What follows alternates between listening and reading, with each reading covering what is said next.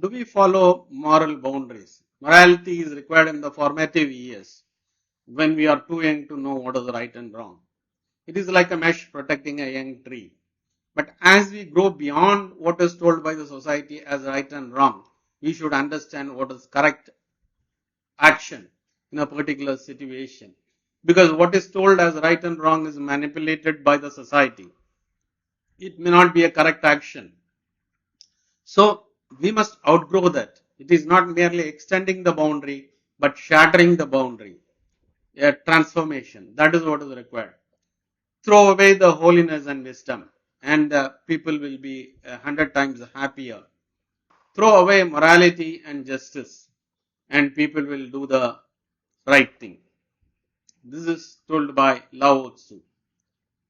And in his collected works, J. Krishnamurti says, our present day morality is based on the protection of the individual. It is a closed system which acts as covering to hold the individual within the group. The individual is treated like some vicious animal that must be kept in the cage of morality. We have become slaves to a group morality, which each of us has helped to build up out of his own individual desire for the security and comfort. Each one of us has contributed to the system of morality, which is based on acquisition and cunning self-protection.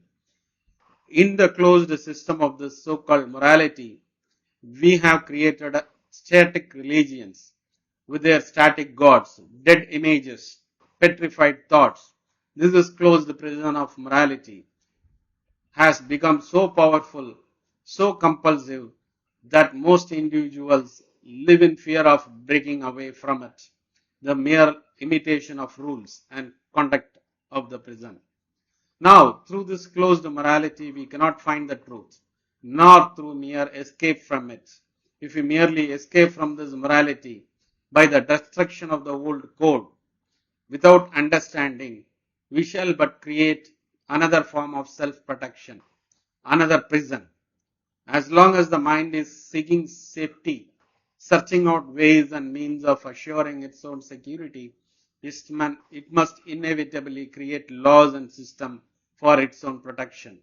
This search for self-protection denies the understanding of reality. Reality can be discerned only when the mind is utterly naked, wholly denuded of this idea of self-protection. So this is told by J. Krishnamurti, how we are acting inside a cage. And Osho says in Inner War and Peace, what must be kept in mind is that morality is not a religion. Morality is a very functional arrangement. Morality is purely a social phenomenon. Morality is some systematization in the thick of our dreams. Even in dreams, if you have to walk, you will need some rules to go by. Even for living in dreams, you will need to have a system, some discipline, some cultural and ethical behavior. Morality is not a religion. Morality is purely a social arrangement. That is why morality can change every day. As society changes, so does its morality. What was right yesterday may become wrong today. What is right today may become wrong tomorrow. Morality is also part of the unreal of Asat.